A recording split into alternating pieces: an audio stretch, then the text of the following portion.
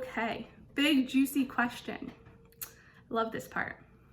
There is so much in this Parsha that just at the text level begs questions and clarifications.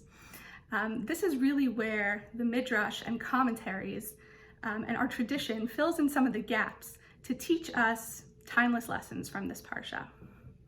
One of the scenes that's probably most confusing, or at least that I find most confusing, is Yaakov wrestling with the angel.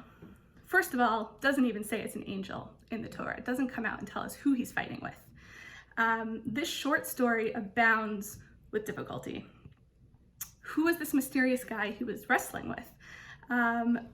Why, if we assume that it's an angel sent by God, why would God send someone to fight Yaakov right on the eve of this war with his brother? Yaakov gets a new name, Yisrael. What does that mean? Why is that relevant? I think we could go on and list a few more questions here, but one commentator for me stands out in giving us a simple and big picture answer.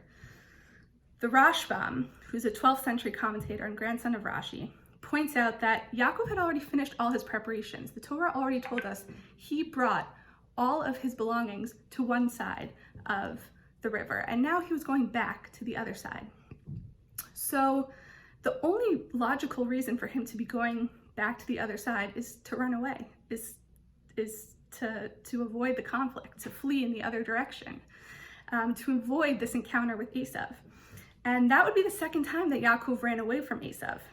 After he tricked Esav into getting the blessing of the firstborn that you learned about last week, 2 weeks ago, Yaakov ran away from Esav out of fear. And now this is a chance to make things right, to speak with his brother.